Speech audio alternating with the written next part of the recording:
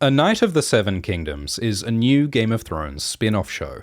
They've just released a new trailer, revealing Dunk and Egg, and a Targaryen prince, and these 3 horses. So what is this show, who are the characters, and what are these horses' names? This video has no spoilers. A Knight of the Seven Kingdoms is set 90 years before Game of Thrones, and it's set 80 years after House of the Dragon. The show's based on a series of novellas by George R.R. Martin. Season 1 will adapt the first book, The Hedge Knight, and the season will be just 6 episodes, of about 30 minutes long each, because this book is a much shorter, simpler story than Game of Thrones. The Hedge Knight is not about huge battles, or complex politics, or saving the world.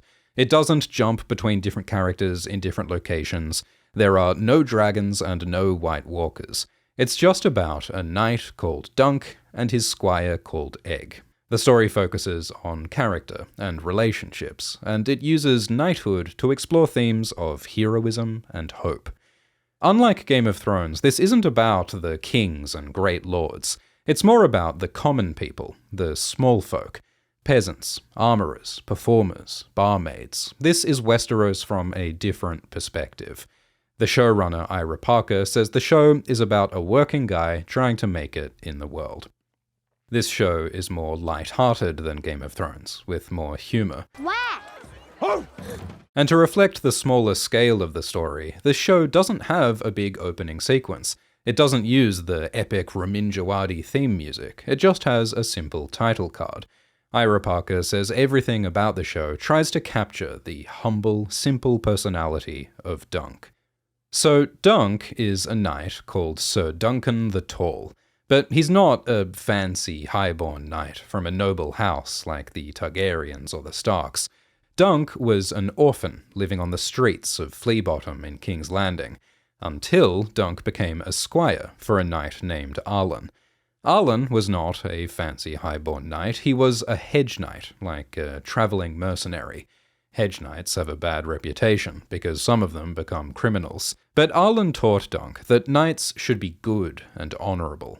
They charged me to be a good knight, to defend the weak and the innocent, and I swore that I would. At the start of The Hedge Knight, Arlen has died. Dunk digs his master's grave in the spring rain. And Dunk wonders what he should do now. He has no family, no status, no place in the world. Arlen trained him to fight, but Dunk is not particularly skilled. Dunk's main advantage is that he's strong, and he's very tall. He's around 6'8" in the book. And perhaps Dunk has some luck. In the trailer, and in the book, he sees a lucky falling star. Dunk uses this falling star on his heraldry, on his shield, with an elm tree at sunset. And 90 years later, in the main book series, Brienne remembers seeing a similar shield. We see Dunk in his armour, and it looks just like Dunk's armour in the official graphic novel. We also see these 3 horses. Much of a hedge knight's wealth is in his horses. And these horses are named Thunder, the warhorse, Sweetfoot, the riding palfrey, and Chestnut, the old swayback stot. After Arlen dies, Dunk talks to his horses. Dunk is played by Peter Claffey. Claffey is Irish, used to be a rugby player, and he appeared in the show Bad Sisters. Any excuse for them to see me in my jocks? Claffey is older than Dunk. In the book, Dunk is only about 16 years old. It's a story about growing up, about Dunk finding identity and confidence. Claffey is also shorter than Dunk. But George Martin says Claffey captures the feel of Dunk, and that he looks like he walked out of the pages of the book. At the start of the story, Dunk travels to Ashford, which is a town in the Reach, because Lord Ashford is holding a tournament. Author George Martin loves medieval tournaments. The colours, the banners, the knights, the jousting. He particularly likes an old movie called Ivanhoe. That movie is what inspired him to write The Hedge Knight. Game of Thrones had some tournaments and jousting, but they were never the focus of the story.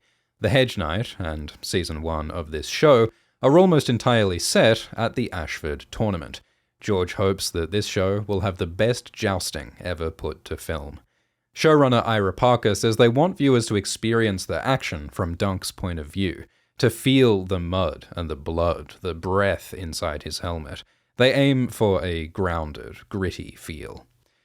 On his way to the tournament, Dunk meets a boy named Egg. He's called Egg because of his bald head, and Egg becomes Dunk's squire, his companion and assistant as a knight. Egg is played by Dexter Sol Ansel. Dexter was 9 when they filmed A Knight of the Seven Kingdoms, which is the same age that Egg is in the book. Egg is cheeky, bold, adventurous. He's smart, often smarter than Dunk, but Egg has a lot of growing up to do.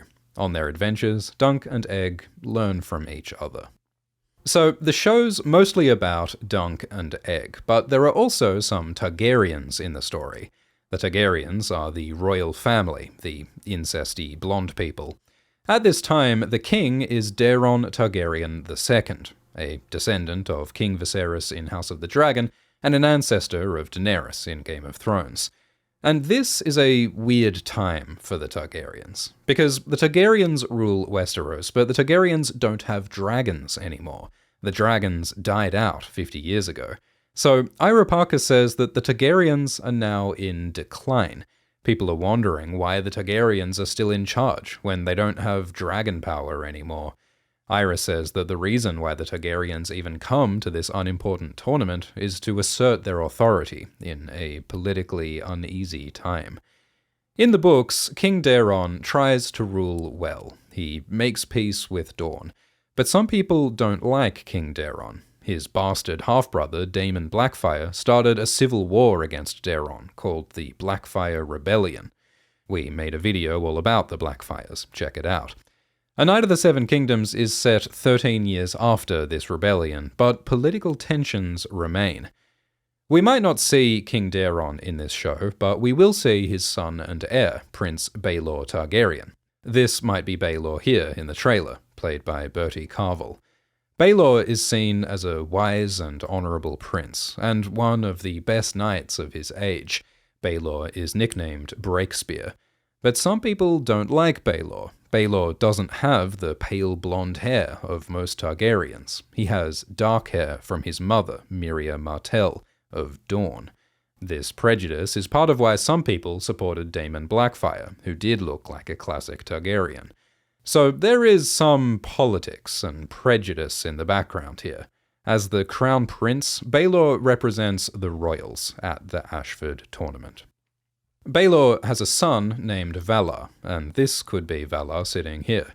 In the book, Valar has a cool blonde streak in his hair. Hopefully they'll include that in the show.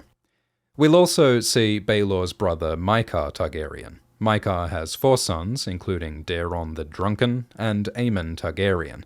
We see Aemon 90 years later as Maester Aemon in Game of Thrones. In the trailer, we see Maekar's second son, Prince Aerion Targaryen. Aerion is about 16 in the book. He's beautiful, with Targaryen blonde hair and violet eyes. And Aerion is an arsehole. He's cruel, manipulative, and a bit crazy. In the show, he's played by Finn Bennett. Bennett said he wanted Aerion to have an angsty teenager feel, so Bennett listened to a lot of Rage Against the Machine. In the book, Aerion calls himself Brightflame. He dresses in bright, fiery clothes, looking like a Hot Wheels toy. His personal sigil is the Targaryen dragon, but with 3 different coloured dragon heads. In the book, Aerion wears a blackened helm with red flames, which the show has adapted into this wild, dragon-looking helmet. So, we'll see Targaryens in this show. We'll also see a Lannister and a Tyrell, and we see a Baratheon. This is Sir Lyonel Baratheon. He's an ancestor of Robert, Stannis, and Renly Baratheon in Game of Thrones. He looks a lot like Renly with this antlered helm.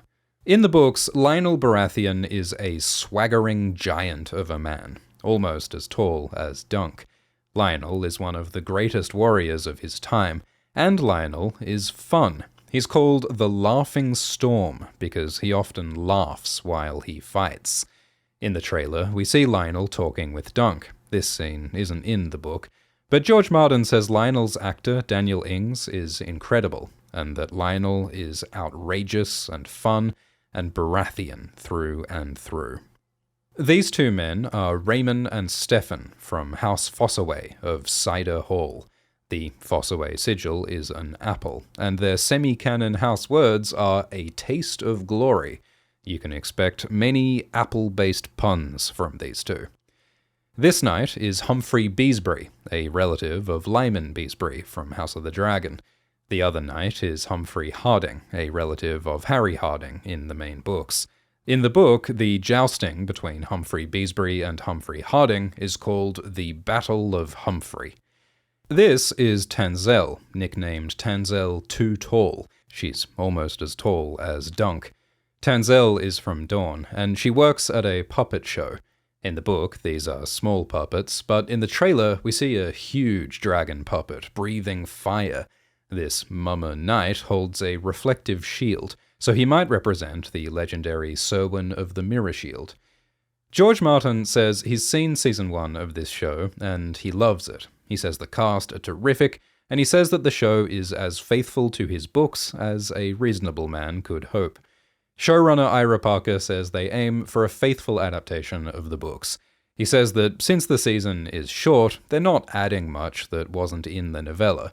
They're just expanding on character and world-building and adding more on the Targaryens and more of Lyonel Baratheon. HBO plan to make 3 seasons of this show to adapt the 3 Dunk and Egg books. Since this show is smaller scale, with less expensive effects, they should be able to make the show faster than House of the Dragon, maybe a season each year. And the show could go beyond 3 seasons. George Martin says that he wants to write more Dunk and Egg stories, as many as 10 more novellas, telling the whole life stories of Dunk and Egg. In 2017, George said that they won't make a Dunk and Egg TV show until he's finished the Dunk and Egg books, but now they're making the show anyway, adapting another incomplete Westeros book series, like Game of Thrones. But the Dunk and Egg stories are more self-contained than Game of Thrones. Each novella has a satisfying ending. George says that The Hedge Knight is one of the best things he's ever written, and he's thrilled with this adaptation. We've already made videos about all 3 Dunk and Egg stories. Go check them out. We'll also make weekly videos and live streams about A Knight of the Seven Kingdoms when it starts in January, so like and subscribe. We're also working on videos about Dune and other series. Thank you to the patrons, including Thomas K., Deborah Aronson, Mirrormaster123, Miniature Paul, Gabriel Menzies, and Dangus. Cheers.